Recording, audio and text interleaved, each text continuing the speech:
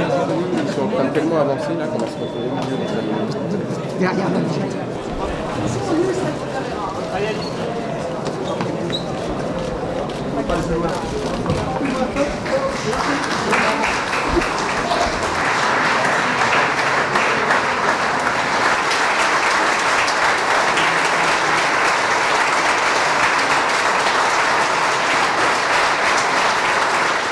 En premier lieu, il faut revenir sur l'idée absurde de Nicolas Sarkozy, alors ministre de l'Intérieur, qui a lié les droits de vote pour le Conseil français du culte musulman à la superficie des lieux de prière.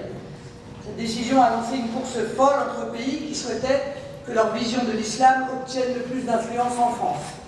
Les uns et les autres ont donc massivement financé la construction de mosquées de plus en plus nombreuses, de plus en plus imposantes. Maroc, Turquie, Algérie, tous se sont engouffrés dans la brèche, sans compter bien sûr l'Arabie Saoudite et le Qatar. Ainsi, ces pétromonarchies cherchent à influencer les musulmans de France dans un rigorisme qui n'est pas sans nous poser de nombreux problèmes.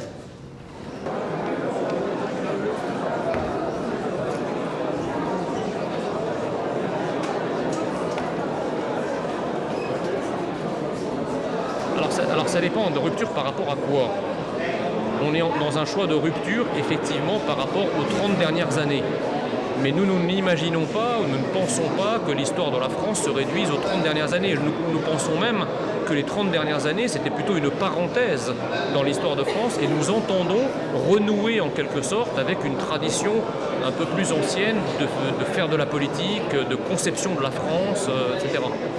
Voilà, donc rupture par rapport aux 30 dernières années, mais continuité par rapport à l'histoire longue de notre pays. Je pense que le monde qui s'ouvre est celui des nations libres, souveraines, indépendantes, qui sont capables à un moment donné d'adapter leur monnaie en fonction du contexte, de mettre fin à l'immigration si elles le décident. Donc je pense que le monde de demain, c'est le monde du Brexit, c'est le monde de Trump, c'est le monde de Vladimir Poutine, c'est le monde des nations libres et souveraines.